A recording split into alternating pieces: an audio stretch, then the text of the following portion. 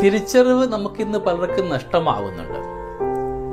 നമുക്കെല്ലാവർക്കും ഒരുപാട് അറിവുകളുണ്ട്, പക്ഷേ പലപ്പോഴും തിരിച്ചറിവുകൾ ഇല്ലാതെ പോകുന്നില്ലേ എന്ന് സംശയിക്കേണ്ടിയിരിക്കുന്നു. വിശുദ്ധ യോഹന്നാന്റെ സുവിശേഷം 4-ാം അധ്യായത്തിന്റെ 27 മുതൽ 38 വരെയുള്ള തിരുവചന ഭാഗം. വചനത്തിൽ ഇപ്രകാരം പറയുന്നുണ്ട്: അവൾ കുടം അവിടെ ഉപേക്ഷിച്ചിട്ട് ഗ്രാമത്തിലേക്ക് തിരിച്ചുപോയി.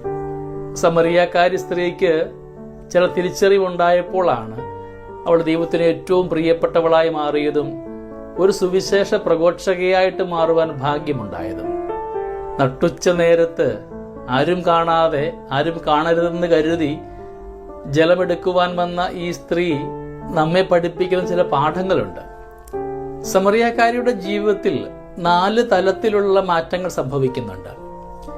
ഒന്ന് റിയലൈസേഷൻ, രണ്ടാമത് റിപ്പൻഡൻസ്, മൂന്നാമത് റെസൊല്യൂഷൻ, 4-ാമത് റിട്ടേൺ.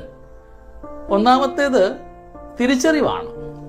താൻ ആരാണെന്നും ആരാകേണ്ടതാണെന്നും ഒക്കെയുള്ള തിരിച്ചറിവുണ്ടായപ്പോഴാണ് നമുക്ക് മനസ്താപം ഉണ്ടാവുക, അനുതാപം ഉണ്ടാവുക. റിപ്പൻഡൻസ്, അനുതാപം. നമ്മുടെ ജീവിതത്തിലും നാം ആയിരിക്കുന്ന ഇടങ്ങളുടെ ബലഹീനതകളെ തിരിച്ചറിഞ്ഞുകൊണ്ട് അനുതാപത്തോടുകൂടെ ദൈവത്തോടുകൂടി ആകണമെന്നാണ് സമറിയാക്കാരിയുടെ അനുഭവം നമ്മളെ ഓർമ്മിപ്പിക്കുക. മൂന്നാമത് റെസൊല്യൂഷൻ, തീരുമാനമെടുക്കുക. ഇനി ഒരിക്കലും എൻ്റെ ജീവിതക്രമങ്ങളുടെ പാളിച്ചയിലേക്ക്, ജീവിതത്തിന്റെ പിന്നാമ്പുറങ്ങളിലേക്ക് തിരികെ പോവുകയില്ല എന്ന് പറഞ്ഞുകൊണ്ട് നന്മയിലേക്ക് പോകാനുള്ള ഒരു തീരുമാനം നാം എടുക്കേണ്ടിയിരിക്കുന്നു. തന്റെ ദാഹം ശമിപ്പിക്കുവാനുള്ള ജലം നിറയ്ക്കേണ്ട കുടവുമായിട്ടാണ് അവള് കിണറ്റിൻകരയിലേക്ക് എത്തിയത്. യഥാർത്ഥ ജീവന്റെ ജലം ലഭിച്ചപ്പോൾ അവൾ കുടം ഉപേക്ഷിച്ചു കൊണ്ടുപോവുകയാണ്. നമുക്ക് ഒരുപാട് ദാഹങ്ങളുണ്ട്. നമ്മുടെ ഹൃദയത്തിന്റെ കോണുകളിൽ ഒരുപാട് ദാഹവുമായിട്ട് കടന്നു പോകുമ്പോൾ യഥാർത്ഥമായിട്ട് സ്വീകരിക്കേണ്ടത് എന്താണെന്ന് തിരിച്ചറിഞ്ഞുകൊണ്ട് സമറിയാക്കാരിയുടെ കുടവും നമ്മുടെ ഹൃദയവും ഒക്കെ സമാനം തന്നെയാണ്. ഹൃദയത്തിന്റെ കോണുകളിലെ അനാവശ്യ ദാഹങ്ങളെയൊക്കെ മാറ്റിവെച്ചുകൊണ്ട് നന്മ കൊണ്ട് നിറയ്ക്കാൻ പഠിക്കുക. 4-ാമതായിട്ട് തിരിച്ചുവരവ്, റിട്ടേൺ. നന്മയിലേക്ക് തിരിച്ചു വരാം, നഷ്ടമായവയിലേക്ക് നമുക്ക് തിരിച്ചു വരാം.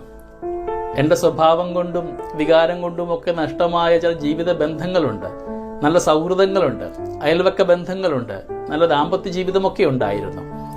വിശ്വാസം നഷ്ടപ്പെട്ട ഇടങ്ങളിലേക്ക് തിരിച്ചു വന്നുകൊണ്ട് നമുക്കേവർക്കും നമ്മുടെ ജീവിതത്തിൽ ഒരു സുവിശേഷ പ്രഘോഷകനായി, സുവിശേഷ പ്രഘോഷകയായിട്ട് മാറുവാൻ പരിശ്രമിക്കുകയും ചെയ്യാം.